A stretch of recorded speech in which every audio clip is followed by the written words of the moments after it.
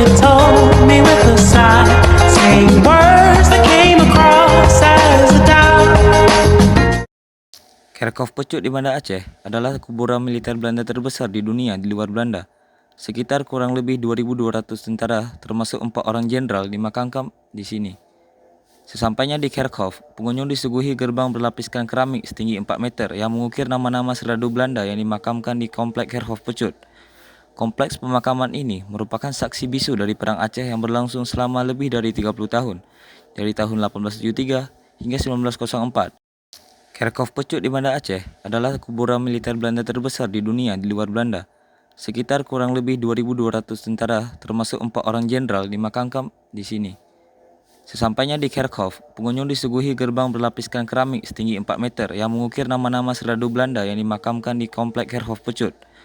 Kompleks pemakaman ini merupakan saksi bisu dari Perang Aceh yang berlangsung selama lebih dari 30 tahun, dari tahun 1873 hingga 1904. Di tanah tempat para pejuang Aceh yang sangat gigih melawan kolonialisme Belanda. Korban keganasan rakyat Aceh diantaranya yaitu Jenderal Kohler yang meninggal karena ditembak tekunya raja di dekat Masjid Raya.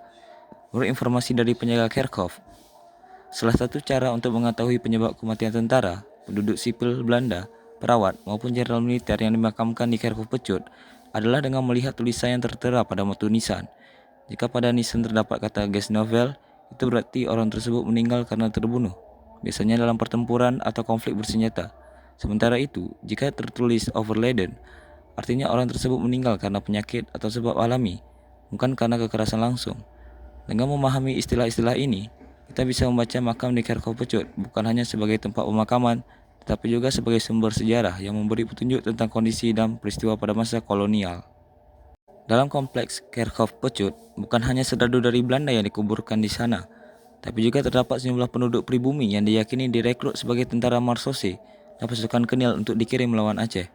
Mereka diantaranya berasal dari Ambon, Manado, dan Jawa.